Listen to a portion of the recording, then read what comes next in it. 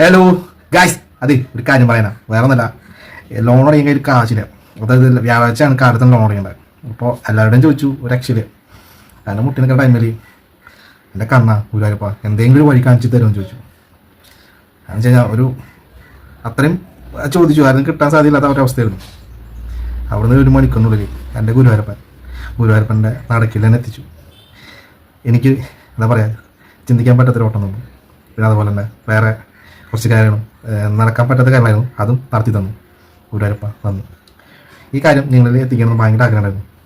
വിളിച്ച വിളിപ്പുറത്ത് വിളി കേൾക്കുന്ന എത്രയും ആഗ്രഹം ഇരുന്നാലും എൻ്റെ അപ്പ ഗുരുവായൂരപ്പ എന്ന് വിളിച്ച വിളി കേൾക്കുന്ന ഒരാളോടെ ഉണ്ട്. അപ്പോൾ ഗുരുവായൂരപ്പനെ കാണാൻ പോകുമ്പോൾ ഞാൻ കുറച്ച് സാധനങ്ങൾ കൊണ്ടുവരുന്നു, അത് നിങ്ങൾ കാണിച്ചേക്കാം. അപ്പോൾ ശേഷം വീഡിയോ.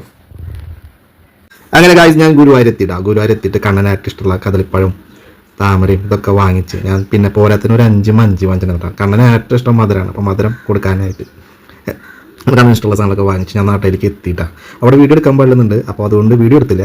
കണ്ണന് കൊടുത്തു. അവിടെ പ്രാർത്ഥിച്ചു, കണ്ണന് എല്ലാം പറഞ്ഞു, നന്ദി പറഞ്ഞു. ഇനിയും കൂടെ ഉണ്ടാവണേ കത്തോളെന്ന് പറഞ്ഞ് അവിടെ ഞാൻ തിരിച്ചുവിട്ടാം. മനസ്സിലായ മനസ്സോടെയാണ് അപ്പോൾ അവിടെ തിരിച്ചു പോകുന്നത്. അത്രയ്ക്കും ഹെൽപ്പായിരുന്നു കിട്ടിയത് എനിക്ക്. ഗുരുവായൂരപ്പ